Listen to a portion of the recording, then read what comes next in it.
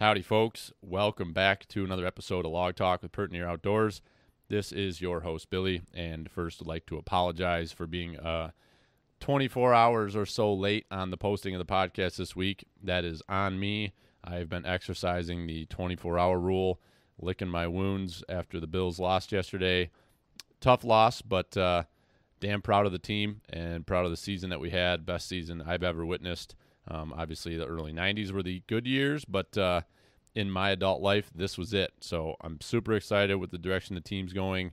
Very proud of the city and the community and everybody rallying around the team and all that good stuff. So kind of licking my wounds on this Monday, but we are ready to move on and look forward and stop looking back. So enough of that. That's my reasoning. And so this week we have got a discussion coming to you with a fella by the name of Jesse St. Andre and Andrew Noble. Andrew Noble, somebody who's been on. If you have been following along with us, you've probably heard Andrew on here. He's done some stuff with us on the turkey side of things, but he's a big hunter, period. Big outdoorsman, just doing all kinds of stuff. And really fun guy to follow along with, a lot like us, family-oriented, tradition-oriented, and just doing things the right way, and very involved in the conservation scene locally here in New York. So wanted to get with these two guys. Andrew's talked about Jesse and found him, sounded like a very interesting guy.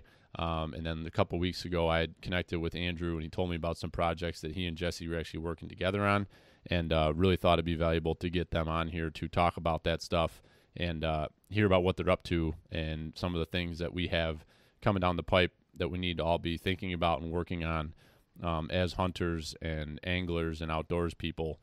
We all need to be paying attention to what's going on around us, and we get into some good discussions regarding those things. So enjoy the chat with those two. I'd like to just give a heads up that we are going to be doing a live podcast on February 11th, which is a Thursday. I'll be doing that probably 8:30 at night. We're going to have John Teeter from Whitetail Landscapes and Ben Williams from Old Tin Cup. Those two guys have been on here before, both property managers, doing habitat management and consulting here in New York. Both successful hunters, and both I think would be of value to get them together in the same podcast, do a little Q&A. I know there's a bunch of folks out there like us that are either just getting into doing habitat management or have been at it for a while and might be looking for some new ideas of what they can do with their property. So I thought this would be a good opportunity to get those two guys together to do something like that. So keep your eyes peeled. We're going to be posting on Facebook and Instagram about it. It will be on Facebook Live is where we will, on our Facebook page, we will do a live stream, but we will put it out as a podcast the following week, so you guys can all listen if you are not available to watch it, or if it's just easier for you to listen, as I totally get that. We are also approaching our meat processing time of the year. Excited about that. I was talking with Dad. We're trying to line up a weekend here in February to get the crew together to do our annual grind, and that's usually a big deal for us. So kind of wanted to put that out there. If anybody has any suggestions of recipes that you do or anything you do in particular with your venison, whether it be ground or link or summer sausage, anything like that, I'd be curious. Always looking to try some new stuff. I know we were all experimenting a little bit last year, and Jimbo did his own grind with all the COVID and that going on. He decided to do it individually, which is really cuts deep here with the Harvey clan. We all feel like Big Jim is, man, he's just going off on his own. Just kidding, Big Jim. We love you. We know we're all razzing you about this, but it was weird seeing Jimbo go on a full bore operation on his own, but sounds like it went pretty well. And Dad and Jimmy and I were talking about doing a podcast here in a couple weeks before we do our grind, and kind of break down what we do and what some of the processes are that we follow. Probably one of the big things that came away from this year, I know myself personally, I processed my own deer from the field right to the freezer. Normally, we're all cutting in a group and have a big a big mess of guys, 4, 6, 8 guys to cut up a deer, and it makes the process much quicker. But this year, again, with everything going on, I did all 5 of my deer at my house on my island without, tools and a shop and everything else. And I think one of the big takeaways from that is that it's very doable. It can seem very overwhelming to try to do that on your own, but it really isn't. And that's one of the big things I took away from this year is, that you can do it, and you can do it without, the quote unquote space for it, so some fancy shop. I know Dad's got a beautiful setup, but he didn't always have that. So just something for people to think about, and something that I took away from this year. And I know a bunch of us did the same thing. So keep your eyes peeled for that. We'll be doing some meat talking and some feeding them, as we always do. And it's almost shed season 2. Traeger found a nice one the other day. The bucks many are still carrying, but we are seeing some dropping. So keep your eyes peeled. It's a very fun time of year. Get out there, do some scouting, put them cameras out, see what you got after the season, and enjoy. It's a fun time of year. We got snow, and get out there, put the sweats on the kids, bundle them up. Just get out there and have a riot. All right, I'm yammering. That's enough out of me. Have a good one. Thank you for listening. Appreciate it. Keep feeding them.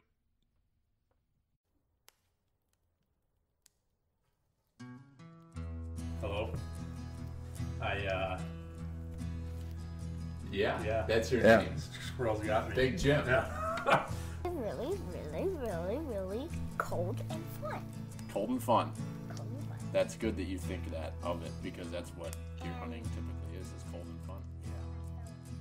Yesterday morning, I'm glassing up on the pass, and I see these deer moving, and I'm like, ooh, there's deer moving. All of a sudden, I just see this person just head down, just hauling ass, wearing shorts and a t-shirt with a pack on. And I'm like, is that Tard? My dad always talks about floating through the woods like the autumn breeze. So Robert's when you're the 275 pounds, I don't know how you do that, but the Freightliner. It's just like a creeper. You're just kind of up in the corner watching what's going on down there. Yeah. He's like, he's up there slapping it, pissing all over everything. Is it warm yet? How did you know the name of the actor? That's right. I know. Why did you say his name? Hervé Villechaize.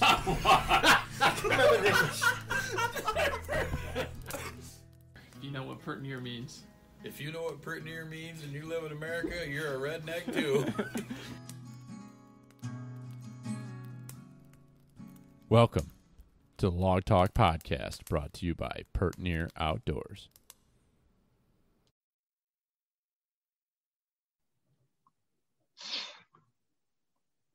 On mute. There he is. There he is. Fired up. What's up? What do you want? Jesse, did you make your name Jake Slayer when you got the invite?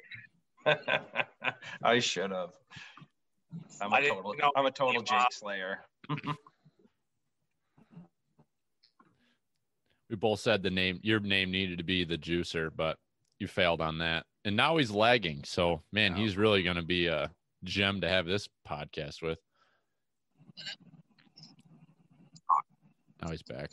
Is that on? It's on. How's my connection? It's Not very good. Yeah, kind of shitty. I'm hopefully going to get down. I turned my hotspot on. You have full bars, so Where are you? We just picked Ziva up from Lone Duck Outfitters in Parrish, New York. Parrish, up north, eh? Yeah, and she's been at training since October, doing a lot of force fetch stuff. And she's still got to finish out her force fetch, but yeah, hopefully she's going to be my little fall turkey slaying machine. And duckies. You were talking about a dog, or did you send a kid away for 4 months, or what are we talking about here? A Boykin Spaniel. Nice. Let's get the intros out of the way first, because I always tend to do this, just get the conversation started, and then it's like, well, who the hell's talking? So on the horn with us today is Jesse St. Andre. So Jesse, hello, how are you? Good. How you doing, man? I'm good. And I've also got Andrew Noble, who has connected me with Jesse. So Andrew, coming at us live from some sort of an SUV in the North Country of New York. What's up? The Mom Bomb. The Tahoe. The Yukon XL. Yukon. Nice. Back there today. Oh, this is going great. This is going to be good. All right, let's focus on you, Jesse. I'm going to mute him for a minute. Right on. I might have to pull over. No, you just keep going, Noble. Jesse and I will handle it from here. Okay. All right, so you just muted him. That's a beautiful thing. There we go. The ability to control other people. We like that. So Jesse, introduce yourself. You're somebody that I have learned about from Andrew. He talks very highly of you, so it's nice to put a face with a name, but kind of introduce yourself. Where are you from? What are you all about? What are you up to?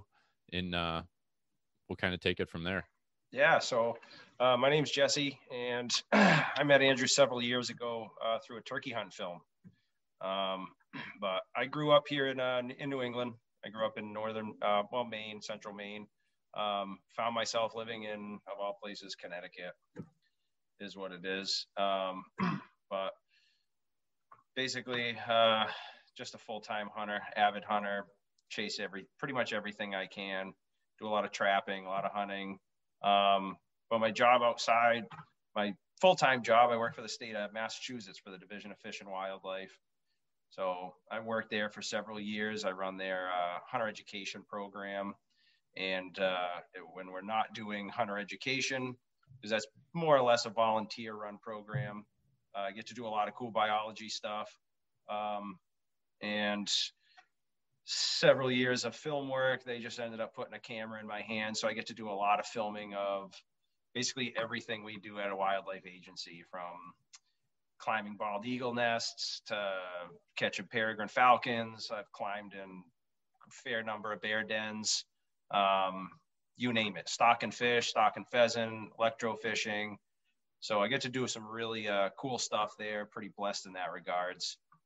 And then outside of my professional job, I also am a filmmaker. So I've worked for several years for Northwoods Collective, and they own Project Upland and a few other brands. Done a lot of writing and filming for them, and that just kind of transpired into doing my own thing. So the last couple of years, I've been making films for the U.S. Fish and Wildlife Service. It's been pretty awesome. Again, kind of doing more of what I do with Mass Fish and Wildlife, except on a national level. I get to see some really cool projects. We've got some cool stuff coming up. Yeah, I was super intrigued when Andrew told me what you guys were up to a couple of weeks ago and the type of projects you're working on. So that's definitely something I want to focus on in our discussion today, is to understand kind of some of the things that you're doing on that realm. And I guess I kind of knew that you were in the position you are in Connecticut, but I'm very interested. Is it Connecticut? You said Massachusetts, right? Massachusetts. I live in Connecticut, but I work in Massachusetts. Interesting. Okay. Tax evasion, or what the hell are you doing with that for? No, they both suck. Yeah. I'm not escaping nothing. Yeah, I know. Well, maybe Maine is the best place to be in the Northeast right now, but yeah. So you kind of stem my curiosity. What, from your position and doing what you're doing with the hunter ed stuff, what was I know we've cataloged a lot or talked a lot about the New York State effect of COVID, with how many people took the test and how many new hunters there were. What'd you see? I guess you probably have a perspective from the whole region, really, with what you're doing. What did you see this past year with new hunters? Honestly, it was really tough. A lot of states got on the ball and moved to an all online option for people to at least have some sort of pathway to becoming a hunter. Because hands down, every single state in the nation, hunting license sales are up anywhere from 15% to 50 to 60%. So we need that avenue, and a lot of states went to online. State of Massachusetts, they have a lot of the gun licensing depends on hunter ed. So that was our holdup, that we couldn't make it online. It's written right into our statutes that people have to have some hands-on time. Okay. So we did not have an online option. So literally myself and some volunteers did some Zoom meetings, and we put people through that way. And then we just hammered out small groups of 6 at a time, staggered throughout a day, and tried to get a few classes. But other than that, a lot of people had to go out of state and go to states like New York that did it all online. So right now, nationwide, I think there's only 7 states in the nation that aren't 100% online right now due to COVID. And Massachusetts being one of them. Massachusetts is one of those 7. Yeah. I mean, consider I didn't hear a whole lot of issues from, that was a big kind of piece of drama, is a strong word, but there was a lot of the hunter ed instructors that were very upset about New York State going virtual the way they did and how quickly they made that pivot. But with 30, 40 something thousand new hunters that took it, and it really didn't hear much of any issues as far as injuries or accidents, things that were caused by new hunters. Stuff happens every year, but noble. But the it's overall it seemed to be a pretty successful process to get a bunch of new people out in the woods. Yeah, a lot of people don't know, but they've been doing tests on this, because it certainly is the future as far as online hunter ed certifications. There's almost no avoiding it, but some states like Texas have been doing it for upwards of 15 years. And several other states in that southwest region, and the South, and they have been studying it, and there is literally 0 uptick in incidents. So we all like to think that, sure, these people need this stuff, but online does just fine. Most people are, have common sense. This still doesn't replace the need for a mentorship, but even hunter ed, that 15, 20 minutes that you have on the range when you're nervous as hell, some guy's breathing over your shoulder watching you, you got other people you don't know watching you shoot. I mean, how much does that truly instill? Right. And I think hopefully COVID kind of pushes us to that next step. Yep. Yeah. And you hit on the mentorship. That's a huge thing on all of our shoulders that were brought up hunting or active hunters, anybody who has the ability to reach out and impact just the people in their sphere that they know are interested in hunting. And I know myself personally, and I'm sure both of you guys could probably chime in on that, like new hunters that you got out this year. Did you have any experience doing that this season, Jesse? This year we did not take new hunters. We do a mentor program through Mass Wildlife for both deer hunting and turkey hunting. So I take new hunters out every year, and unfortunately we weren't able to do it through those programs. And a lot of people just didn't want to be with anyone outside of their family. So I think the mentorship thing did suffer, but it is what it is. We still have a lot of new hunters, so there's going to be a lot of opportunity to take people out next year, I guess. Yeah. Let's see if. Yeah. You see. Oh, maybe not. Are you better? I don't know. I'm going to try and hit a rest area if we can, so I can stop for a bit. But okay. I'm stupid. I can voice in. Yeah. As far as the no accidents for most this year, I think a lot of it had to do with people just not traveling, and the state lands. Like for us, usually it's an invasion of New York City, Westchester, and Suffolk coming up, and because of COVID, I don't think a lot of those hunters were traveling north in the grove. So I don't think we had as much hunter congestion on the public lands. Yeah, that's a good point. Yeah, I didn't really hear many like horror stories about. I think that was one of the big talking points amongst active hunters with all this influx of new hunters. It's an astounding number, and it was like 3 or 4 times what you typically see in a normal year. And we all are like thinking, oh my God, all these people are going to be on public land. It's like, after the season's over, we can kind of step back and reflect on that. I personally didn't experience on all the public that I hunted. I hunt a lot of private and a lot of public, and I didn't experience any like surge. I'm sure there was probably a few more people in each area, but it wasn't like 1,000 new hunters in a management area. Like, let's just take an 8N or an 8H I didn't see like that many more people, but because you got this guy's going hunting for a couple of days with his buddy or to this person's property or whatever. So it seemed like, you know, it was a lot of new hunters, which is great, but it seemed like it was pretty well spread out. So I would have liked to see a few less hunters actually myself on when Jesse and I went down to Maryland for our Sika hunt, but plenty of hunter interest down there this year. Yeah. Well, so Andrew, I wanted we were talking, you know, kind of hunter safety and safety. One of the things I wanted to get you on for was to first off to check in and see how you're doing, but to explain a little incident that you had back in the beginning of the fall that I think is a lesson that a lot of people can learn from, you know, a little slip up that you had that could happen to anybody and probably change a lot of things in your life. If you want to talk about that. Yeah.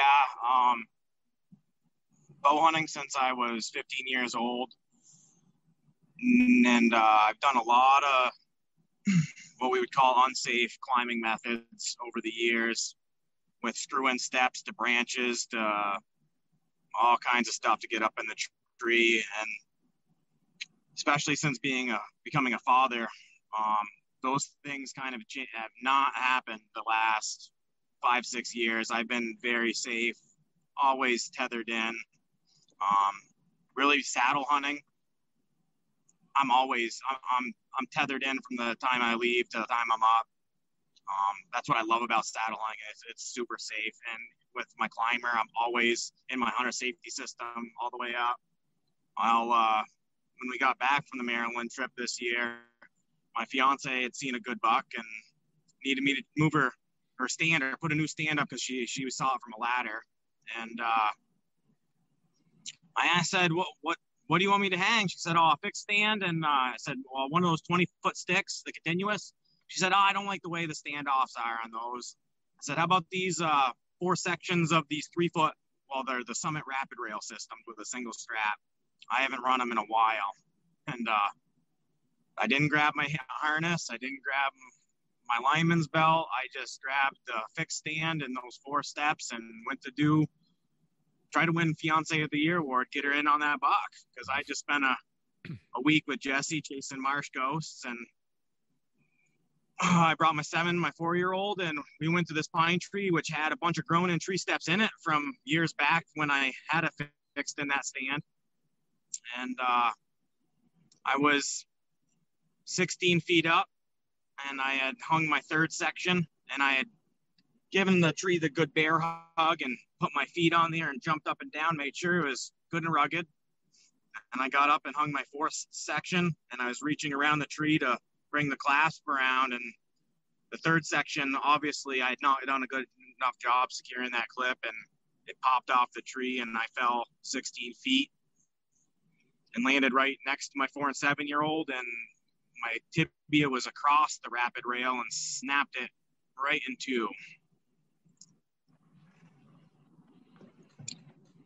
And that then made a phone call, too many phone calls, and I got my kids out of there. Then my crawl started. I knew my leg was broken, and I had started the crawl. Didn't make it very far. Then got some friends that came in with a sleeping bag, and they helped me get across the last drainage ditch to get to the pickup truck to head to the hospital. And there went my deer season really quickly. In a heartbeat before it ever started. Yeah, it was happened really quick. And, I just wish I had my lineman's belt on. And the more I think about it, why don't I wear my lineman's belt? Well, I don't hang a lot of fixed stands anymore, but that lineman's belt makes you hands-free. Forget about the safety aspect. It just makes hanging stands that much easier. Yeah. So a couple things so I think you made the comment to me, or you made a comment in your Facebook post a week or 2 afterwards when you kind of let everybody know how you're doing and what was going on. You made a comment that your boys, really, your 2 boys, right? I got a son and daughter. Son and a 5-year-old daughter. I think you made a comment that the kids were incredible throughout that. Like they handled the situation pretty well. Is that right? Yeah, my 8-year-old, he actually first he goes, "Daddy, you fell a long ways." I knew my leg was probably broken, and I was bleeding from the nose a little bit. So he saw the blood and was instantly like, "You're hurt, Dad." And I'm like, "I'm okay." And I didn't let him know how bad my leg was. And then he went over to the pine tree, started putting the boots to the pine tree, saying, "Bad tree, bad tree." And then he was very brave, took his sister by the hand, and I told him to walk back out to the field edge, and somebody would meet him right there where they had walked in, and he made sure that his sister got out there with him, and they were picked up and got out of the situation. But they were incredibly brave. It's awesome. I mean, in that situation, God only knows how all that can go down. And so the other thing you intrigued me with was the sleeping bag. What was the thought process behind that? Just to get me in there to use as a stretcher. Okay. To get everybody on a corner and get me over there, because there was a ditch that I wasn't going to be able to crawl through. For a hot minute, they actually dragged me like they do with deer. Yeah. And I just I had to make sure, I had them bring me up, duct tape, a beach towel, and 2 wooden garden stakes, and I made a makeshift splint to stabilize it. And then they drug me backwards as I just kind of made sure that stabilize my leg as best I could as they dragged me. But it was a pretty miserable couple hundred yards getting out. Yeah. Scary stuff. I would have put you in a jet sled for sure. Thanks, buddy. I know you would have had my back. Yeah. I wanted you to share. I wanted to get you on here to share that story, and I don't want to focus on a negative, but I'm sure there's a lot that you probably took away from that. And there's a lot of lessons that a lot of people can learn. We've all, whether you've been hunting for a year or you've been hunting for 30 years, we've all taken that chance and said, I'm just going to do this real quick. And how quickly your entire life can change. Luckily you seem to be okay, but you hear about these accidents and very rarely do you personally know the people. And somebody that, I have a lot of respect from just knowing you for the last year, the stuff that you do in the outdoors, you never think, you feel like you're invincible in a way. And it's important sometimes. And then you have an accident like that happen. It kind of makes you take a step back and think about everything you're doing. And in the grand scheme of things, like you said, being a father and a parent and a family man, and, there's a lot of responsibility. And the last thing you need is for those kids not to have a dad. So makes you kind of take a step back and think about things a bit. I mean, I'm an arborist. I climb trees for a living. I mean, I honestly, I kind of laughed at 15 foot. If it's not 80 foot, it's not scary, and and of course I had the lifeline that I was going to hook up. I care way more about my fiance's life. I wasn't going to let her get up a tree without a lifeline on, but, yeah, that wasn't installed yet, but, I turned around quickly and I looked where my kids were. That's all I remember, is looking where my kids were, make sure I wasn't going to fall on one of them. And then looking at what I was going to fall on to make sure I wasn't about to take a pine branch right through the chest and kill me, or, something very solid. Right. And, honestly, I might have been able to walk away from that one because I fell in a pine forest with a nice, cushy 10 inches of layered pine needles. But that ladder section traveled down with me, and that's what I fell onto. Yeah. You ever had something like that happen, Jesse, or you had any close calls like that? I have not, but I climbed trees for a living for several years before I got into mass wildlife, and falling's usually only that thing you do once. Yeah. No doubt. I was joking. I was just on the phone with Brian Kirsch, one of the guys that's in the Pertinier gang here, and he had a pretty wicked fall two falls ago prepping a tree. He was sitting on a branch, just confident, just sitting up there, sitting on a branch with a chainsaw in his hand, trimming, and not a normal practice, but just like in a rush, trying to get his tree trimmed, million things going on. And he ends up losing his balance, falls off the limb. And him and I were joking. It's not really funny, but in a way you got to laugh about it, because he hurt his neck, and he actually went to the doctor and got what would be an MRI or a CAT scan, something to look at his neck and make sure everything's okay. And they actually discovered like a pretty serious medical issue he had that had nothing to do with the injury. And that was the pain he was feeling, was from whether that was the pain from the actual issue he was having in his neck, that was not going to be good for him in a few months if he didn't know about it. So like he fell out of a tree and ended up having to go to the doctor because of that, but ended up finding something that quite possibly could have saved his life. So, but I know that changed him. I mean, he's strapped in all the time now. We're all very conscious. So I don't mean to belabor that, but I think it's just something very important to talk about. And this time of year, people are out taking stands down and loosening straps and stuff. It's like, don't take anything for granted. You know, you got to be safe doing that stuff. Well, we have it all available these days where we didn't used to. I know growing up in Maine, and when you bought a tree stand, it came with a safety harness that was 2 straps, one for your waist, one for the tree, which didn't really do much good anyway. No. But all the stuff's there for us to use these days. Like he said, it makes it so much easier to set your stand and be in it anyway. We're crazy not to. Yep. No doubt. All right, moving on. I am curious. I forgot you guys went on that hunt down in Maryland. What was that experience? Had you ever, either one of you guys, ever done that? It seems like a pretty cool hunt. I'll let you start, but it was everything that I could ask for in a local adventure hunt and more. But I'll let Jesse start on it. Yeah, no, neither of us had ever been down there. I was actually doing a film for Fish and Wildlife down there on striped bass. And so I was like 15 minutes north of the Blackwater Refuge. And I just woke up early one morning. I didn't have to go film until about 9 o'clock. And I was like, I heard those Sika deer down here. I was like, I'm just going to take a ride down and just see if I can see one. And I saw like a bunch of them, like from the road, big stag. I was like, oh shit, we got this. And it was like 2 years later, I wanted to get back. And so Andrew was willing to come. A few other buddies chipped in, and we all went down, and we literally went right to the spot where I had seen him a couple years before and it was pretty rad. I went down a few weeks ahead of time scouting, almost got one, saw some stags. They were starting to bugle. The pre-scout helped big time, but it is it's like the swamp from the Never Ending Story. It was pretty vicious. Were you guys with archery equipment or muzzle loaders? Yeah, all archery equipment. We went right during the rut. They were bugling hard. And it was pretty rad. I mean, it's pretty comical bugles. Like picture a bull out bugling, but they only weigh 80 pounds, It is just a little squeeze. It's just a little squeal, and it's funny because you can tell they're really putting everything they have into it. It's funny as hell. I don't know if he was lagging for you, but that was awful. Whatever he just did there, that was terrible. It is something you should try, though. It's not far. I mean, it's like a 6-hour ride down there. We rented this horrible camper that was dirty and well abused, but it was cheap. Gave us a dry spot, and we got out there every day. We killed five Sika deer that week.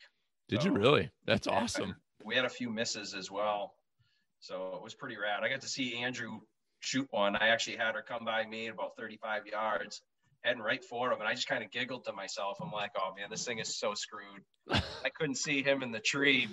I knew right where he was, but I couldn't actually see him, and I'm just watching her walk, and literally an arrow just comes right down in between her shoulder blades, and it pinned her right to the ground.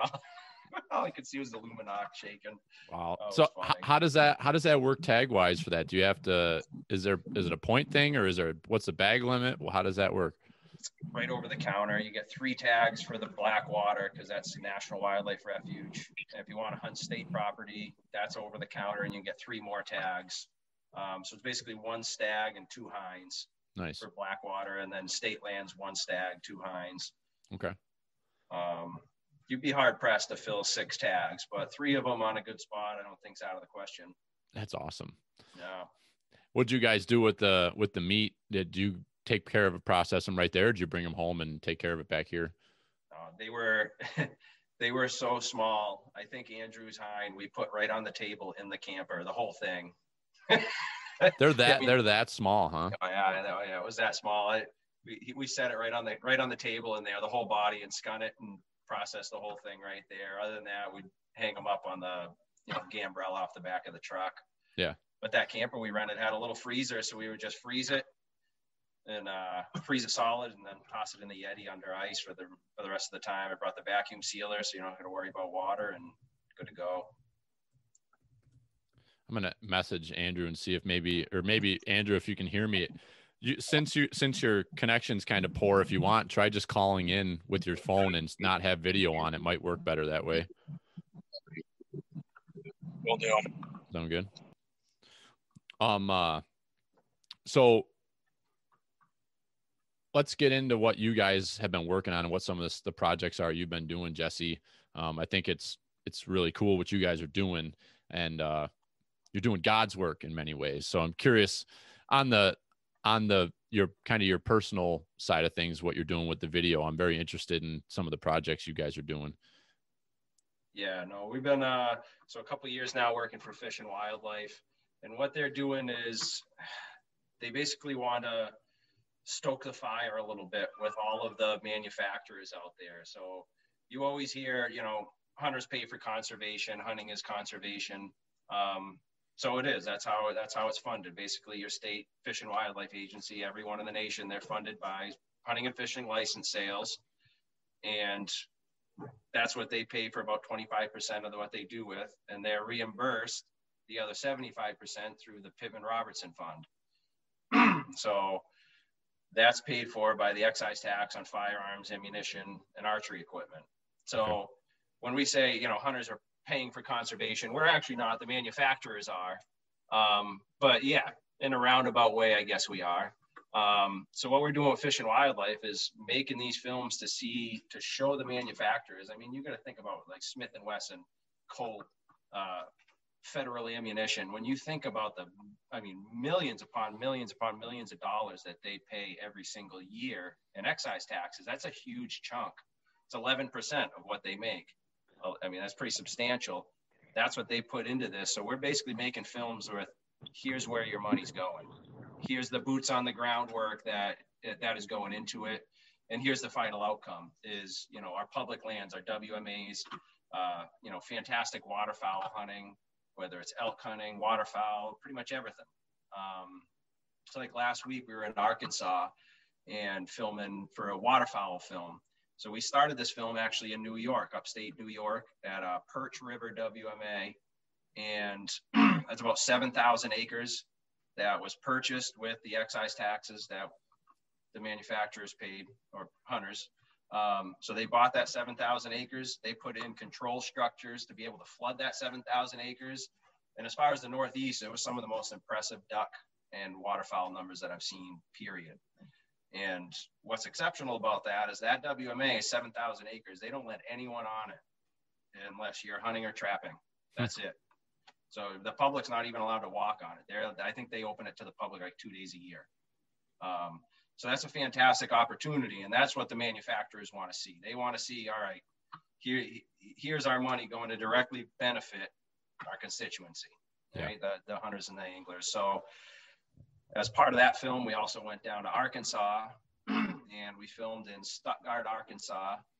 And we went to Max Prairie Wing, which was an awesome outfitter, but it's the duck capital of the world pretty much. So they got 20,000 acres of flooded timber. Wow. And it is damn impressive. So on an average day, I mean, we talk about congestion.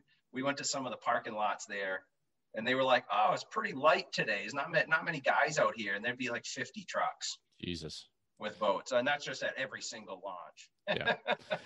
It's kind of wild. Like it's almost like going to Lake Erie on a Saturday morning when it's, when the bass are on their beds. It's a totally I've never waterfowl hunted, but that's got to be insane. Just experiencing that down there. It was. I'm not a waterfowl hunter, but I can tell you it was pretty crazy at sunup. And they were like, yeah, there's not many guys, not even much shooting. And it was like World War III. I mean, there were just shots going off in any direction. I mean, it was pretty awesome. Can you hear me now? We can hear you. Yeah, no, Arkansas's duck culture was thoroughly impressive. It was every bit as big as any deer culture I've ever seen in the Northeast. They take their duckies very, very seriously. Was that your first time being down there, Andrew, or doing anything like that? Yeah, I didn't know much about Arkansas, except that Billy C was from down there and they had some ducks, but we also learned that they got 1.1 million acres of rice fields, and you got probably a 90% chance you eat rice from Arkansas if you eat domestic rice. and they gave the world Johnny Cash. We learn anything else, Jesse? No, negative. Those are the only things that matter. Yeah. What about brown rice, or is it white rice? What is it? White rice. White rice, nice. White rice. Yeah, I didn't ask if there was much Bryce prejudice going on down there. Right. So so what you guys with the videos that you're doing, really they can be used from multiple different perspectives, because that's pretty cool so Fish and Wildlife is having you put these videos together to show back to the representatives from these companies. But then you can also use this to educate the public, I think Andrew made the comment to me that you can use this to educate the politicians that may be voting on some of these bills or these projects or things that are out there, to help them understand exactly what is going on. Because I'm sure that there's people, we live in this little world of hunting and fishing and hiking and the outdoors in general. We just assume that like everybody's like us, but we're a very small percentage. There's a ton of people that have zero clue that hunters and anglers and shooters, that those three groups are funding the majority of the conservation that's happening in all of these parks and state land and federal land, all this. So it's kind of cool what you're doing, because it can be used to appeal to many different stakeholders in this whole game here. And that's exactly what we're doing. So the state agencies play a huge role in this too. So like a lot of the ammunition companies and firearms companies and the state agencies, they'll share these videos on their own social channels, just in that regards. I mean, I'm making the film for them, but I'm making it in a way that they can certainly put it out and that everyone can, get something out of it. But yeah, it is a small world, and the majority of people do not realize how it's funded. Honestly, the majority of hunters don't even realize how it's funded. Yeah. There's been a big push in the last 2-3 years, again, in our little nucleus here. Like, I'm paying attention because I'm listening to a lot of podcasts. I'm consuming social media, so I'm seeing this stuff. But, you're seeing in more of the magazines. Rocky Mountain Elk Foundation has done quite a bit in their magazines. I've seen the same thing in NWTF, talking about these different, what these different programs are and what Pittman Robertson is and Dingle Johnson. And I don't know if we really laid it out. You were explaining that, but it's excise taxes that are paid by the manufacturers we aren't seeing it, the end user in the big picture. I guess we are, because we're buying products, but the manufacturers are paying these excise taxes, and they chose to pay these excise taxes for the betterment of conservation. It's a huge part of our North American model of conservation is our recreation and our hunting and fishing fund all of these programs. So I guess, did I do a good job of explaining that, or? Yeah, you did a good job of explaining that. So that is exactly how it works. And when it started off, it was only 9% excise tax. And it was actually Fred Bear in the 1970s that actually pushed to get archery equipment included in on that, because obviously we saw the kind of the fruits of the labor here, and also increase it to 11%. So that's what we put on ourselves. We said, all right, obviously after all those years, the market and pot hunting, the Great Depression, wildlife populations were down.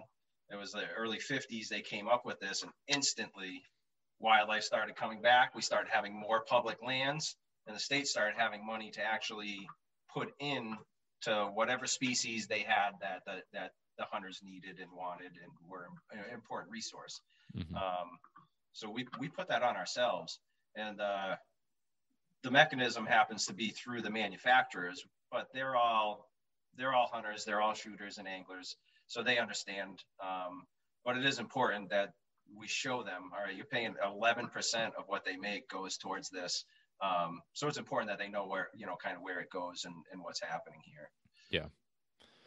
So we're actually going to West Virginia over the next couple of weeks, and actually over the coming months with some elk stuff. We're going to go dart some elk, put some collars on them, hopefully next week. Cool. Yeah. And what was I going to say? From your perspective, being as close to this as you are, I don't remember where I heard it or where I saw it or who made this point, but that fishing seem out of the Dingle Johnson Fund to spend more money towards the marketing side of fishing, as far as marketing fishing and trying to get people into it. Whereas, and I don't know if I want to say it was a conversation I had with the guys from Tomorrow's Hunter. It's a podcast, guys out of Mississippi. And he was saying that there's actual in the law or the regulation, the bill, whatever, of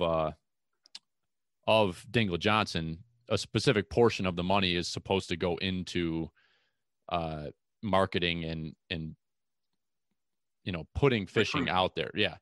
Recruitment. Exactly. So that's not currently something in the Pittman Robertson, right? Like that money is not.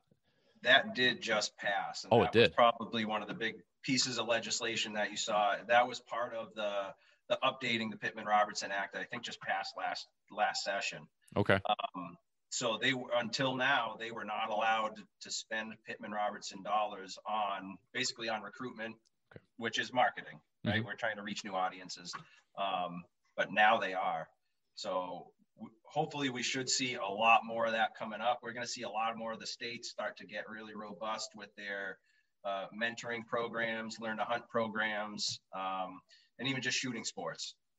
We forget that that's another huge component of this is the ammunition and firearms. It's the excise tax on those, and hunters don't make up about a third of that. The rest is, all the people out there with their scary guns out on the range popping 1,200 rounds of ammunition on a weekend. Yeah. So that's a huge component that we should see starting to really come up over the next couple of years just because of that. Yeah. Yeah. The shooting sports are massive. Absolutely massive. Clay pigeons, think about all the people that, that competitively shoot multiple times a week. I mean, think about how many dollars of ammunition they spend every year. It's insane. You pay, and picture 11% of that is going back, and it goes to public shooting ranges. But as far as shooters go, that's mostly what they get out of it is just public shooting ranges and access. But it's really the rest of the people who like the environment, the natural resources that benefit.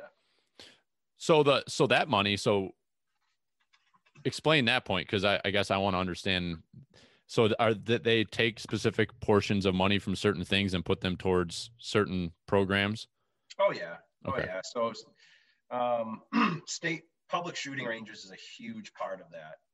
Obviously with recruitment, if you can get someone to even just pick up a gun and not be scared of it, well, then it also opens the door to hunting. So that is really important, but because we're funded off of that, all state, federal fish and wildlife agencies, public shooting ranges is huge. So most states have several public shooting ranges. And hopefully we'll see a lot more come on board now that they can really start putting some money into that stuff. Yeah, cool. You got anything on any of that stuff, Andrew? No, I just think it's going to be really cool to see how they do for what they do for advertising for the hunting side of things, just like with the fishing, where you get the billboards to say, take your son or daughter fishing, and it'll be really cool just to see that take your son and daughter hunting billboard and see it mainstream advertising. I think that's something as hunters we've wanted to see a lot more mainstream advertising of our sport to make our lifestyle that much more broad and then broaden it to a lot more audiences. I got two things I want to take off of that from your guys' perspective. It's something I talked about on the intro to last week's podcast, and it seems like this time of year is the year that everyone's kind of taking a step back and thinking about what they want to try to achieve, or what as a community hunting in the outdoors, what can we do to move ourselves forward? And I just kind of curious what both of your perspectives are on things, currently and moving forward, about like the image of hunting, and what we're talking about right now is, the marketing and the recruitment, definitely bringing more of that to the forefront to help the, 95% of people in this country that don't understand what we do. What's your guys' perspective on where we're at today and where we need to focus on getting to as far as building our respect throughout the country as far as who we are and what we do for conservation in the environment? Yeah, I think where we've been, and where we've been it's been a tough road. I mean, certainly media has come a long way, and it's just ever evolving. Not putting any blame out there, but outdoor media has done a horrible job of portraying hunters and hunting in a positive light. So hopefully, we're starting to see that a lot these days. You watch like Heartland Bow Hunter compared to 10 years ago, where Realtree Outdoors, or even like Michael Waddell 10 years ago, and there's a drastic difference just in how it's portrayed, the story, why we do it versus, yeah, let me play the air guitar over this deer, right? Like I just conquered this, this giant 12-point buck. So hopefully media will do a lot for that. But what's really important is that we just are cognizant that the rest of the world, and even new and upcoming hunters that we need to recruit, most of them aren't us. They don't look like us. They didn't come from a hunting family. They might be, very urban people who now just realize, holy shit, I went to the grocery store, the shelves are empty, right? Let me go out and get hunter ed hunting license. But picture them now walking into your local rod and gun club, and all those old scruffers turning around and looking at them, right? They're not going to feel very welcome. So I think, over time, media did a horrible job of that. I think it's coming around, and everyone has realized those problems. And you look at some of the new companies out there, I said Heartland Bow Hunter, or, Captured Creative, Muddy Shutter Media, Northwoods Collective with Project Upland, and it's just drastically different. So hopefully that really puts us in a better spot, because we really did a horrible job the last 20 years. But yeah. I think it's pretty good now, but it's just important that those old guys at the Rod and Gun Club are inclusive of anyone who wants to come and hunt, right? I don't care what color they are. I don't care what gender they are. That's cool. You want to come hunt? Awesome. But it's a really tough road, because at the same time, we all know we need hunters. We know we need more hunters. We know hunters are a dying breed in a hurry. But all of a sudden you get 10 cars that show up at your WMA and you're like, what the? Yeah. So it's like we want them, but just not in my backyard, right? So what's really important is that everyone gets by that. Yeah, we all want R3 until they're at my spot. Exactly. Yeah. I don't know if you guys keep seeing ads in your social media for this harvest film. I did. I haven't seen any in quite a while, but I was hearing quite a bit about it during the summer. I like the preface of it. I'd like to actually see that one come to fruition. Yeah. It did seem pretty good. It just seemed they used a lot of very familiar faces, and I'm hoping it seems like it's going to be marketed towards a different audience. But I hope they don't just use those same faces, because that was one of the flaws of media, and that's not the reality of hunting. Nobody wants to see, right? Nobody wants to see Michael Waddell go kill 40 bucks in every different state. It's not one person hunts the world. It's every person hunts, a different way, a different place, a different species. And that's what people want to see. That's what people want to see. They want to see, what do you do that's different than I do, right? We need to expose that. So hopefully they did a good job within that film. It seems interesting, but time will tell. Yeah, it's refreshing to see and hear the outdoor and the hunting community talking in this light and understanding the road we have a hoe. And we really all need to come together on this. We need to come make sure we're all going in the same direction and stop with the infighting. I don't give a shit whether you prefer to shoot a crossbow or a trad bow. who cares? Stop with the negativity, because if all we're doing is shooting at each other and poking holes in the boat, then the boat's going to go down. And we have to make sure that we're all, presenting ourselves the right way, putting pictures up that are tasteful. It's like, and that was something that I want to kind of roll into here is on the social media discussion. And that's with you two. I find it very interesting because you two are both very, very plugged in. You're literally making a lot of your career, a lot of your life in your career is, well, Jesse, your entire life and career is this outdoors hunting, doing this conservation. And you go on your social media page and there's not like you go on your Instagram and you don't have 40,000 followers. You aren't posting selfies and all this stuff. And I'm kind of interested in your perspective because you're literally in this. You're doing things to move the needle, but you're not, it appears you're not caught up in the social media perspective of things. So I'm really interested in your perspective on that. Do you want to know why I don't have a crazy Insta page? Yeah, I do. Yeah. That's not why I do it. So that's what influencers are for, which is perfect. I don't want to have I don't want 40,000 followers. He just wants to be the Jake Slayer. I just want to be the Jake Slayer.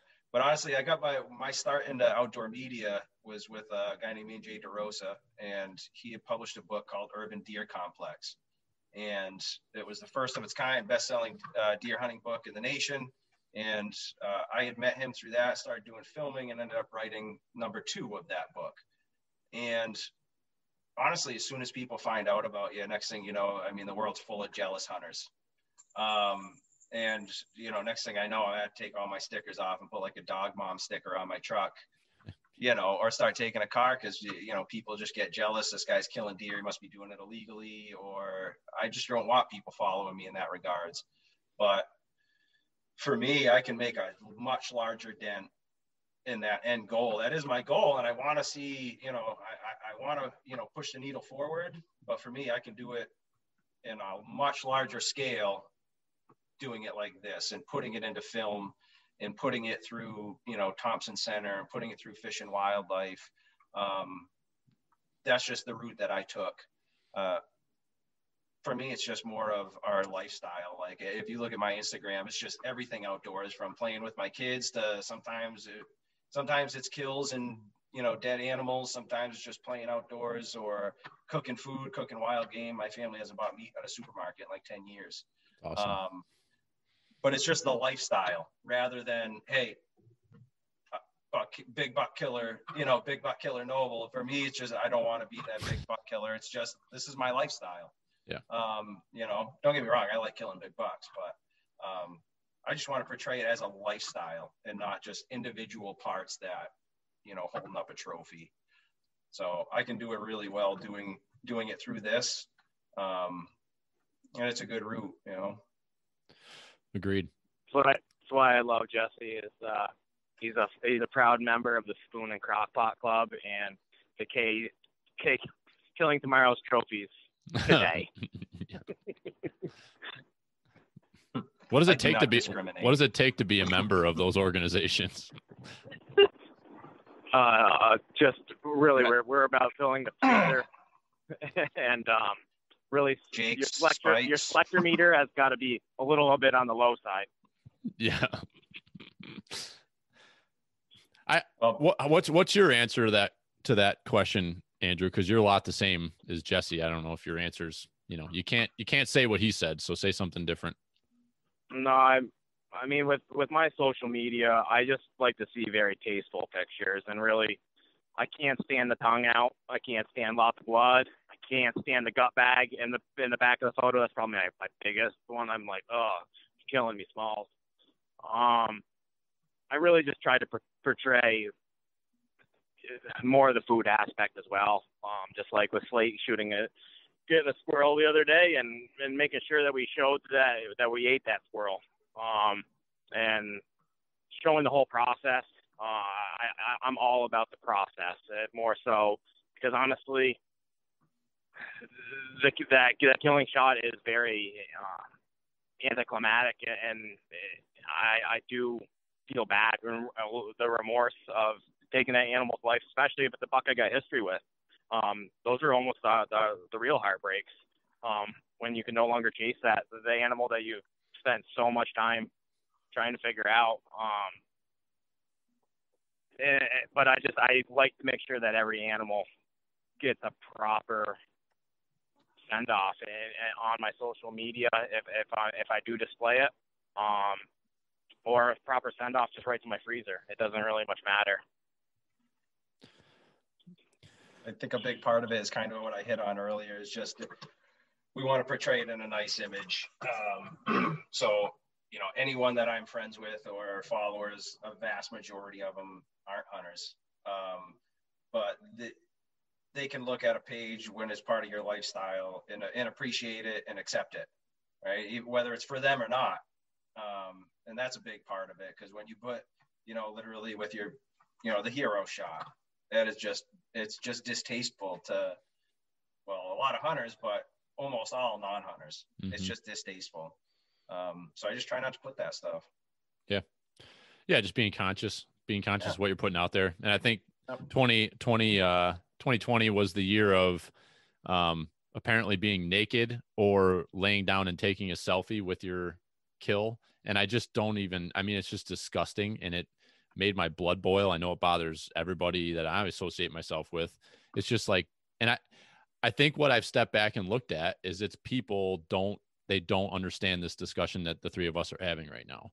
And that's why I keep talking about it. And I hate to be a broken record, but if one person hears this and might stop their friend or stop themselves from taking and posting that picture, you know, it's gonna help. I mean, you go on the Facebook groups seem to be the worst. I mean, you go on like some of the New York Facebook groups for hunting. I mean, guys and girls are posting pictures, and yes, it's a cute shot, and that's fine. Take it. If you want to take that picture with you laying next to the deer, you know, that's fine. That's fine. It doesn't need to be put on the internet.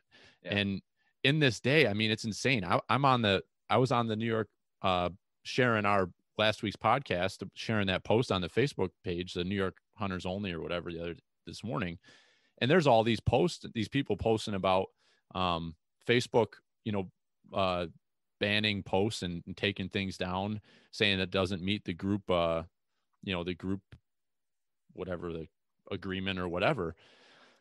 And it's just, you know, makes you take a step back. It's like, you know, stuff's getting censored, things are getting looked at, and like, we have got to be conscious of what the hell we're putting out there, because that's not good. Like when they start picking and choosing what people see, and then what they are seeing isn't good, it's not a good situation to be in. So yeah, something to think about with social media too, with some of that stuff is, I mean, we had written an article on it years ago for Northwoods Collective. We call it the Facebook like lie.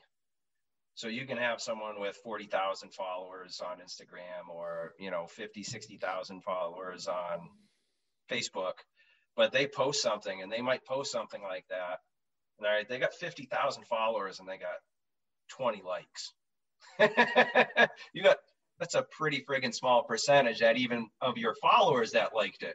You know what I mean? And you got to look at that stuff. So don't be blinded by those numbers. And a lot of people look at that. Oh, these people have a lot of followers, but the amount of people, you know, that actually see that content and look through it and care about it is very, very small.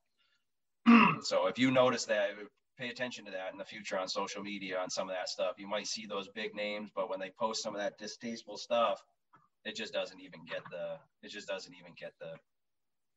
you know. No. And you see a dramatic difference between the Facebook interaction and the Instagram interaction. Facebook can be a complete dumpster fire, and everything turns into a big shit show. But then you go on Instagram, and people are looking for more tasteful and, you know, quality pictures. It's a picture site, you know, so that's what people are looking for. They draw very different audiences, for sure. And you bring up an interesting point about the number of followers and the interactions, and it's something I'm not going to sit here on a high horse and say that I don't pay attention to how many followers we have and how many likes we get on a picture. And it's one of the things that I am trying to take a step back and trying to check your ego and not care about how many people you have following you. What is the reason why we're doing this? And I've had these discussions with Jeremy from Antler Up Outdoors. He's out of Pennsylvania. And he and I were talking about that, you know, after the first of the year, you kind of take a step back and are looking at things. And it's like, you catch yourself finding jealousy and looking at what other people that started around the same time or that are doing something similar, like what are they getting for interaction, or what are they getting for followers? And it's like, for what the hell does it matter? It's like, I like to hunt. I like to be outside. I like being with my kids and trying to get my kids into the outdoors. And I want to inspire others to do the same thing and find success. So it's like, you get caught up in all this shit, like this world that we're in, especially 2020, because there's so much going on. Everything's so polarizing. And it's like, take a step back and realize, like, what are we doing? Like, I like to hunt. The only reason why we have Pert in Your Outdoors is because we wanted to share what we're doing and just focus on that. You know, it's like, and it's conversations like this that always kind of bring me back to square one. And it's important to talk about it, because if you're not thinking about it, sometimes you unconsciously get yourself in the middle of, worrying about stuff that doesn't freaking matter. So, yeah. Yep. Just feeding them and breeding them, bud. That's all that matters. Feeding them and breeding them. You got to go back to your roots. You know what I'm saying? Hopefully I'm done breeding them. I think I'm done breeding them. What about you, Noble? You got any more breeding left in you or what? Oof. It's a conversation that is still very up in the air, whether we're going to go get a snippy food or we're going to go for one more. Hoorah. Yeah. I'm using COVID as my excuse to not go, not go get that procedure done. Cause little Billy's scared of having that taken care of. Yeah. Just frozen peas and rest, buddy. Don't do like one of my buddies did and tried to test the product too quick. Doesn't go well. Oh shit. How old are your kids, Jesse? I got 3 and 5-year-old. Okay. My daughter's 5, my son's 3. They're both pretty into it. So we're all kind of in the same. Andrew's kids are a little bit older. I have a daughter who's brand spanking new, 8 months, and my son's 2.5. But how, I mean, you're an avid outdoorsman, you got a young family. How has that affected and changed? What are some of the things that you've done to adjust? Because I think that speaks to a lot of people that I know that follow us. We're all kind of in the same age range and going through some of the same challenges. So what are some of your focuses on the kids, as well as your adjustments you've had to make to your lifestyle? Yeah. I mean, anyone who's been hunting for a long enough time, you tend to get more enjoyment watching others than doing it yourself. And my kids are still at the age where they have to watch me do it, but it's still exciting as hell. I mean, I had my daughter in the turkey blind at age 3, and we doubled up first morning, like first 5 minutes. She was pumped. She went out with her mom this year and set them up in a blind. She went out and mom smoked a doe. So that was awesome. She talked her mom right through it, like which one to shoot, the whole bit. So they're really into it. But I've just really just instilled from them from day one that, this is what we eat. My 3-year-old will tell you more than most adults that we only shoot a certain number of the deer, because we need more deer, to shoot next year. That's what we eat. And both my kids can tell you that.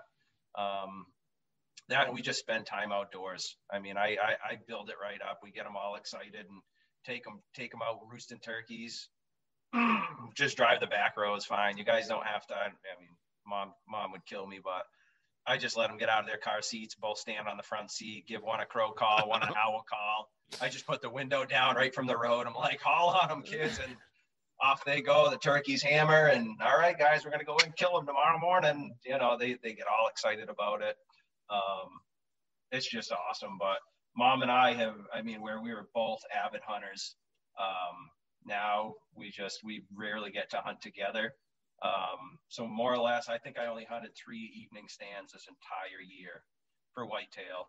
I just hunted in the morning. So I would get the kids in the afternoon. Mom would take the morning shift. I would take the afternoon.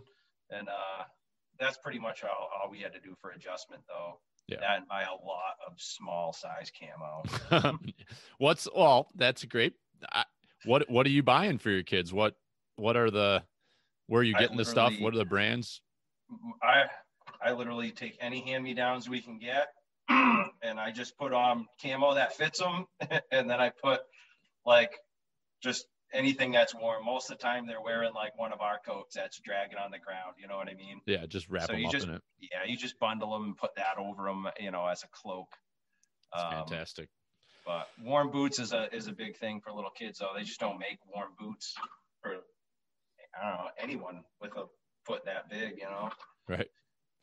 So, what are some tricks that you found to work with the kids to keep them occupied at that young age? Lots of snacks. Snacks, maybe an iPad, binoculars. Make sure you bring your binoculars. Yeah. bring a deer call or a turkey call, or if you're turkey hunting, don't just bring your mouth call. You know what I mean? A box call, and just let them make holy racket on it. Yeah. I mean, turkeys are dumb. Half the time they'll come anyway. And just send it. Yeah, I'm excited. I was thinking about this the other day because I was listening. The Hunting Public, Zach did a podcast, their most recent one, talking about kind of just the same discussion we're having overall, really. And it got me thinking about my brother and I when we were growing up, going with Dad. And I want to do a podcast with him because I reflect, and he let Jimmy and I mean, we were, as soon as we were 12 years old, we were old enough to squirrel hunt. Like, we were just, as soon as squirrel season was open, we're just squirrel hunting, and we were shooting squirrels just all over, just 22 rounds going off all day long. And I like think back to that now, and it's like Dad and Uncle Mike, my dad and his brother, my Uncle Mike, like they were hunting. They would like go to the complete other side of the mountain. They would just give up all our entire 100 acres because they knew that there was going to be nothing happening over there because we were just tearing it up. But Dad, they made that sacrifice, like you're saying, just letting the kids entertain themselves, to give them a turkey call, make some noise. It's like, in the grand scheme of things, what are we trying to do here? It's like, hopefully at the point where you're at and where my dad was at the time, you've already shot a load of these things, and it's not about that anymore. It's about getting somebody else into it and getting them excited about it. Like Andrew said, you got to drop your standards a bit and just don't go big buck hunting. I mean, the other thing is, this is the Northeast. It's hard to get on a big buck. This isn't the Midwest where they all just pile out into the field. So you got to really set your standards pretty low and just be like, and I let the kids choose. If they want me to shoot it, I'll shoot it. If not, we let it walk. I literally give them the choice. And I told my wife the same thing when she took my daughter. I said, I don't care what steps into the field. We already had like 9 deer in the freezer at that point, so we didn't particularly need any more meat. And I was like, so we were really just kind of going for something nice. And I had told her, I said, when you're out there with her, I said, I don't care what comes out. I said, if she wants you to shoot it, you put it right to it. So just let them choose. Yeah That's awesome. Same with my daughter. My favorite Jesse saying is numb it. Numb it. Numb it. Numb them. You just numb them. And then they tip over, it's just numb them and then they tip over. Hopefully sometimes. Yeah. How about you, Andrew? You had the kids out quite a bit, or? Yeah, I was my mount that I was supposed to pick up my 8-pointer from last year, which was my first deer kill with Lena. I never would have mounted that deer other than it was a very special deer to be with her at that age. Was 4. She was I was just thinking the whole time, like, man, I can't wait till you're 10 and can carry some of this stuff, because I'm carrying my heater bodysuit with one hand, a ground blind rifle over the top, and we got tablets, Cheerio raisin mix. We were ready, and doe came out, and I actually had a doe tag. I said, honey, you want me to shoot it? She shook me off. She said, no, wait for a buck, Dad. I'm like, oh, geez, all right. I said, probably not going to happen, but. And 10 minutes later, Bucky came right over on that doe trail. And it was a really, really special moment. And not going to lie, I had a good cry over it. That's awesome. At 4 years old, huh? Yeah, 4 years old. She was very, very good little patient little hunter already. And I'm like, man, this girl is going to be stone cold. Not like her dad, who took many years and many misses to finally get that first spiker down. Right. Yeah, I think girls have got a special little level in there that they just, I don't know about my daughter. She's too young to understand, but I see like Brian's daughter, Maya, she's 4.5 going on 5. And like, she believes that next year she could drive the truck to the farm, take out her own gun, her own tree stand. Like, it's just hilarious. I mean, you raise these kids around this stuff from literally day one, and they're like adults. They're saying things and acknowledging stuff like you said, Jesse. It's just like, where did you get that from? Like, kids say the darndest things. So it's really fun raising kids in this and having them outside and doing stuff like that. And it's awesome. It's good stuff. I can say one thing. My kids are in school. Well, my son goes to daycare. My daughter's in public school now, in kindergarten, and public schools are iffy these days with what you can say and bring in and all that stuff. I send her to school with a shirt that, Christmas shirt says, venison, the Christmas meat. We send her in with that, and that, like, they question her about it, and she literally just puts it right to them. She's like, well, no, we just shot, we shot 3 deer this week. We had them for dinner last night. Yeah. But no, people just, they take it from a little kid. Even I know some of the young girls in those schools are pretty horrified. Some of the teenagers and stuff. Right. They This love girl, it when it comes from a little kid. Yeah. Yeah, I remember I think I did a project. I don't know what grade it was, but now looking back, it's my dad, like, because he didn't want to help me with some stupid thing he didn't care about. So I did a project that was like analyzing the number of deer hit and why it's important to kill deer hunting because of all the car accidents. I don't remember the exact project, but now thinking back, he had a lot to do with that. He probably didn't want to help me with some project on, real science. It was science that mattered. It was how many deer can we kill and why is it cool to do it? That's it. My daughter took a bunch of bear claws to school for show and tell recently, and they thought that was just the coolest thing. And they were like, when I picked her up, they were like, were those real? I was like, yeah, those are real. They don't know what to think. It's awesome. Exposing them early. That's it. Where are you at, Andrew? You almost home? Almost to the Canada Harry exit. Up over the hill there, eh? Oh, yeah. I'm going to go find some wall space. Yeah. Turn this boykin loose in the yard. She remembered us some, I think, but it was a tough 4 months when she was getting trained there. But can't say enough about Bob Owens. He did a fantastic job with this little dog, and this thing is going to be – Jesse, we're going to kill a lot of turkeys with this dog. I'm pumped. So, turkey dog. Never heard of a turkey dog. What's that all about? So it brings the fun back in fall turkey hunting. Instead of doing the redneck bust and call back, you have a dog do the bust, and it's a lot more natural for the dog to do the bust rather than you doing the old redneck scream and holler and bust. And then you the dog will recall, cover the dog up, and then you start your calling sequence to call the flock back in. It's pretty cool. I filmed a hunt in Pennsylvania this fall with one, and it was pretty rad. This dog was cool. You just saw turkeys and she was off, and she would yip like a beagle on her bunny. And she would literally chase that flock until they went into the trees. If they ran 100 yards or a quarter mile, she just barked chasing them until they busted. And then she shot right up, came right back to you, and we didn't even have to cover her up. She would literally sit there still enough for those turkeys to come. And we had a tom come right into like 15 yards. And it was pretty impressive that dog could get that amped up to chase them and bust them, but knew to sit still while those turkeys came back in. It was pretty rad. So they're trained not to try to kill the turkey. They're trained to bust them up, not go in there and jump on one and tear them apart like a lab probably would. Exactly. That's fast. And that's legal to do here in New York? Yeah, New York's one of the few states that will allows the dogs in the fall turkey season and commercially. So I'll hopefully work it into some of my guiding in the future. Guiding? Are you a guide? I'm a New York State licensed guide. Are you?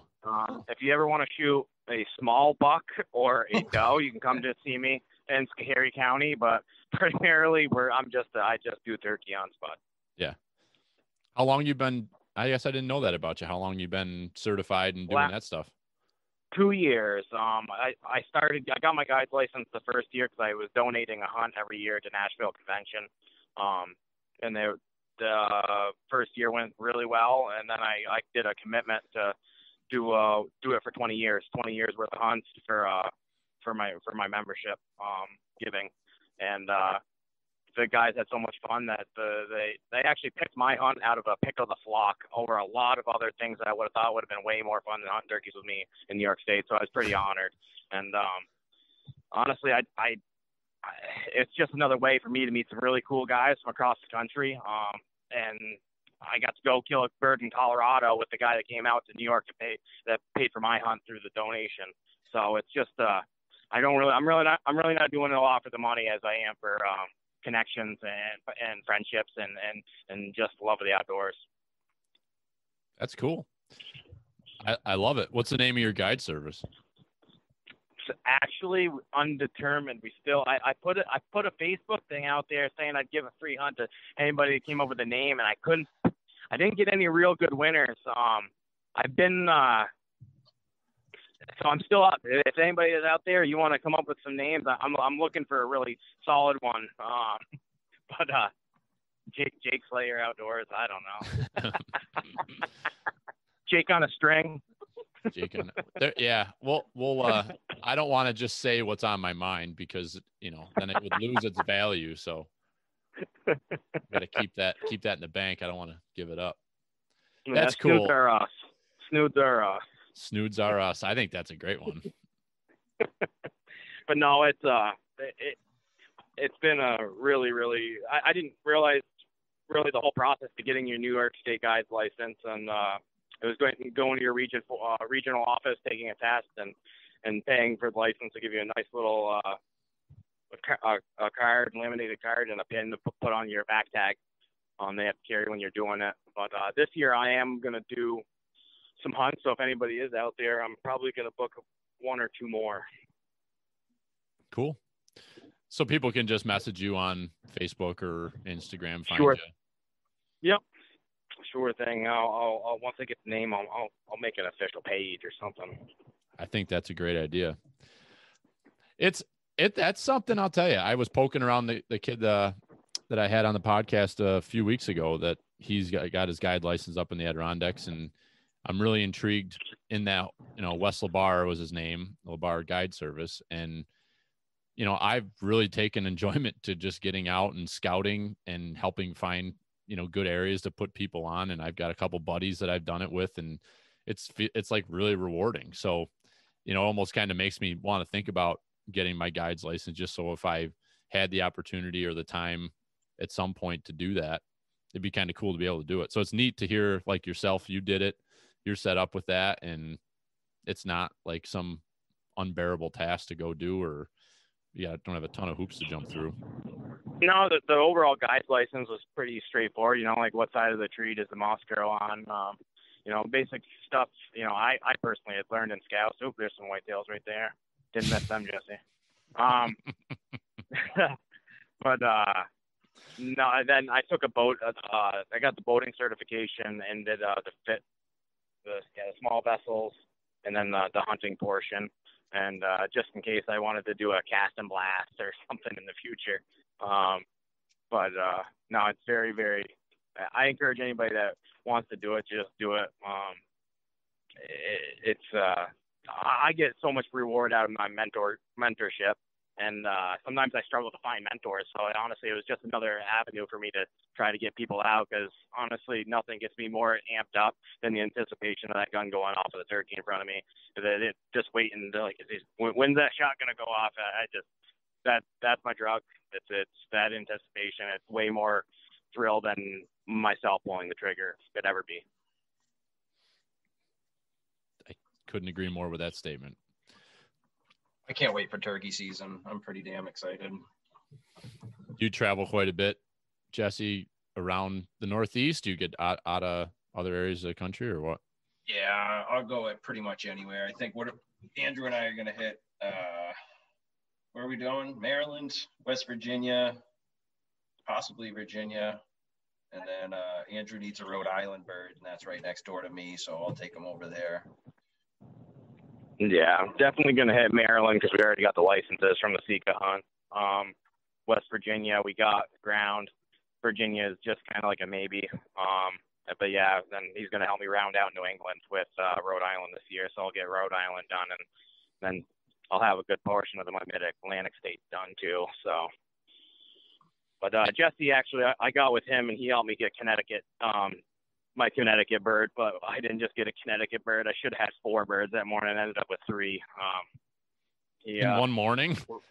Yeah, and that was our first time we'd ever met. We started our relationship off with lots of turkey floppage. Lots of juicing. Yeah. Yeah, Connecticut, you could shoot 5 turkeys in one day, and I tried. What's the reason? Is there that many turkeys or that few hunters? What's the? It's a mix of both. There's a lot of posted land, and it's all small lots. So you need written permission from every landowner. So there's just a lot of refuge for them. So they can give you the 5 bird limit, and there's still so much ground that's unhuntable. You don't dent the population. Yeah, I've been trying for years. We just can't. Yeah. Andrew, you had quite the season last year, right? I mean, between 2020, you shot a pile of turkeys, and then didn't you shoot a bear? Didn't you shoot a bear? Yeah, Jesse, that's again, Jesse and I both killed bears again in Massachusetts this year, which that's been an incredible hunt for me the last 2 years hunting with Jesse in Mass. Was that in September? Yeah, it's over corn damage, no bait, and I actually stalked my bear this year, and also had another opportunity on another large bear over the corn. So we've had some incredible luck, and but as far as the turkey season, I really couldn't do anything wrong last year. Brian and I had that incredible trip, and then when I got back, I continued it with a New Hampshire bird and a Maine bird last year, and it was one of them turkey seasons. It was if I made a plan, the plan worked, and it was pretty incredible. 2020 for my Rona turkey tour. Yeah, 2020. What a year, Jesus. Yeah, you had an incredible year hunting, and then you have a crazy accident, and then you finish the year out strong. It's like, what a freaking year. Yeah, I mean, I was able to still harvest a couple deer even in my GIMP state, so I was fortunate. And then Alicia was able to finish the freezer filling, so we were fortunate. Andrew, maybe you should tell him about your the crutch with the rag on it. Yeah, so Jesse once told me this thing that if you have a deer, I don't know if this is right out of the Urban Deer Complex playbook or not, but it was definitely out of the Jesse playbook. And if you have a deer that's somewhat spooked, but you're not alarming all its senses, mostly just the visible sense, take a hanky or tube sock out and give it the old wavy poo, make it look like the tail, that you'll calm that deer back down. I said, all right, buddy, good one. Save that one for a rainy day. Well, my crutch had a white washcloth on it, and while I was trying to get down to my rose bush to get in position on crutches, I had on crutches. I had a doe bust me, but it was low light, and she didn't have my wind. And I said, "Well, here we go, Jesse." And I took the end of that crutch and started waving it back and forth, just like a deer's tail. When you know those deer at 40 yards started feeding again, I said, "You got to be shitting me!" And they eventually moved down and let me go down in position, and it was about 15 minutes later, I put my first crossbow bolt because I decided to take the crossbow out because there's no way I was running a vertical bow. And I got my first crossbow bolt into a whitetail. So like 10 minutes later, it's pretty incredible. But yeah, Jesse, I want to thank you again for the washcloth trick. I wasn't going to tell that story because I thought we were going to keep that one on the DL so we didn't cause more carnage due to it. But we might as well let Tip out, I guess. Not advisable to do it on public land all the time. During gun season. But if you got a nice track, I tell you, it's a killer way to get in on them. I walked right across the back edge of a field that had deer in it and literally just keep my handkerchief and flick it like a deer's tail. And they kind of glance and they'll just feed. And I would literally walk right across the field in the short grass. Oh, shit. You can get some small bucks too. Like a small buck in the rut. You can bring them literally up. It'll get scary. They'll pretty much want to mount you. I've had some pretty cool encounters coming up, like snorting at me, and they just can't get past. They just focus on that white handkerchief, and they just can't get past. They can't get past it. They don't care there's a person standing there. They just come right to it. It's crazy. Yeah, because I guess you think about it. I mean, when you're out there observing deer, they're using their tails to communicate a lot. When they're running away, that you can tell a lot by the way that how scared they are, by the way that they're using their tails. And when they settle down, their tails are kind of settling down. Yeah. You notice every time they stare at you, deer stares at you, they'll stare at you for, 10, 20, 30 seconds. They always flick their tail when they put their head back down. They do that flicker, and I think that's what it's imitating. I don't really know, but it works pretty well. You'd be surprised what you can do with little bucks in the rut with that. Especially great for me because I'm not selective, so little bucks are on the menu. You know what works on little bucks, yeah. Well, we're on about an hour and 25 minutes, hour and 30 minutes here, so figure we try to kind of button her up. Anything in closing from either one of you guys? Anything we didn't hit on that you wanted to chat about, or? No, just go Bills. Yeah, I'm rooting for the city, man. Buffalo is ready. It's a pretty cool vibe around here right now, all of Western New York. But I ran up to Buffalo today and got my conference championship swag from the Buffalo store, and just everybody's wearing Bills something. It's just cool. Like I'm 33 years old. When they had their Super Bowl run, I was too young to know what was going on. So this is the first time in my life that the Bills have been good and been to this point. So it's really, really fun to see everybody engaging with the team. And I mean, every conversation I had today with customers, I closed it out with Go Bills, and all my emails were closed out with Go Bills. So, and whether people are Bills fans or not, like everybody's all in on it. So it's pretty cool. I'm a New England fan, so I've known that feeling for a while. And then this year we get to feel how you guys have felt forever. Yeah. So. Yeah. It's going to be interesting to see how the Patriots, what direction they go here, because they're kind of stuck in a little bit of a in-between spot, Yeah. That's all right. It is. You'll rebuild, you'll find your guy, and it'll come back around. But it doesn't hurt my feelings at all to see the Patriots suck ass. Oh, just makes me feel so good. I bet. It actually is rejuvenating for me. I just rode that high for too long. I need to come down so I can be the Red Sox and New England fan that I was for years, because the winning feels so much better when you suck for a long time. Yeah, when you're there every year, it almost loses its luster a little bit. It does. Yeah, and then you're just protecting your team and then trying to be that guy and showing Brady with 5 rings on his hand, 1 on his somewhere else. And just like, I hate being that guy. Right. Open mouth kissing his kids and stuff. Freaking creep. But, I was a Bills fan for 4 years when I was living in Oneonta, New York. And for 4 straight years, my mom gave me the privilege of staying up and watching the Super Bowl. I was wearing my Kelly jersey. My brother was wearing Thurman Thomas. I made my Bills Buffalo 2 white tails. Whoa. I made my Bills cello jigglers. I mean, this was serious. I had my shrine set up, and they broke my young heart for 4 years. Then we moved to Vermont, and I said, you know what? It's time for a change. I'm going to like this team with the old helmet with Bledsoe and Pete Carroll, and they sucked, and they couldn't hurt my feelings. And I was perfect. Then Brady came and brought a lot of joy to my life. But now, I want to get back on that Bills bandwagon. I'm not going to. I'm just going to be happy for you guys, and I'm going to root for you, but I'm not going to fully jump on the bandwagon. Hey. Like the kid from Free Willy for the Seahawks. Yeah.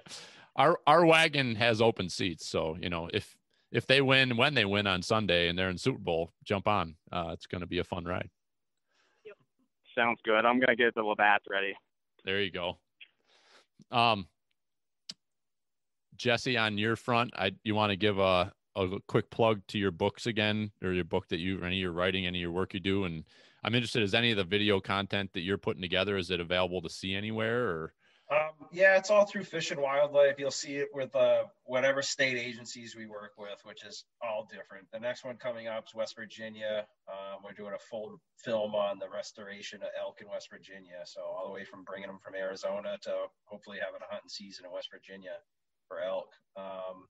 The books are Urban Deer Complex and Urban Deer Complex 2.0. If you're into hunting in the suburbs, then by all means, give them a read. It just kind of gives it, they're more about the psychological theories behind some of what we do for deer. Like I said, the handkerchief thing is one that I always did. But, hunting in urban areas, small little wood lots, how the hell do you even access them without blowing all the deer out? I used to literally drag a stick behind me. I'd tie it to a rope and just drag it through the leaves because they didn't understand what the hell that noise was. So they'd be alert to it, but they don't know what the hell it is. And until they actually know what it is, they don't really flee, versus someone just walking on two legs. They're like, all right, that's a human. They see him every single day. They're out of there, So just kind of theories like that. And some of that certainly does apply to the big woods too, because that's where I grew up.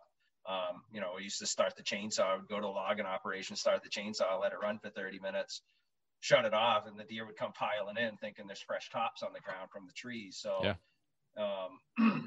just kind of theories like that, and stuff that we used to find success. So by all means, give them a read. Where are those available online, or can you buy the books? You go right online. If you just Google Urban Deer Complex, it'll come right up. It'll go right to our website. You should be able to purchase it right there. We don't sell them we used to sell it through Amazon when Amazon was a bookstore. Right. Yeah. But yeah, it's just all online right now. Okay, cool. And up to keep our eyes peeled for some of that video stuff. I'd love to see some of your work. I know Andrew spoke very highly of it, and it sounds like you're doing some really cool stuff. So I'd love to, if you were you involved in any of that the Upland project, that video, were you involved in any of that?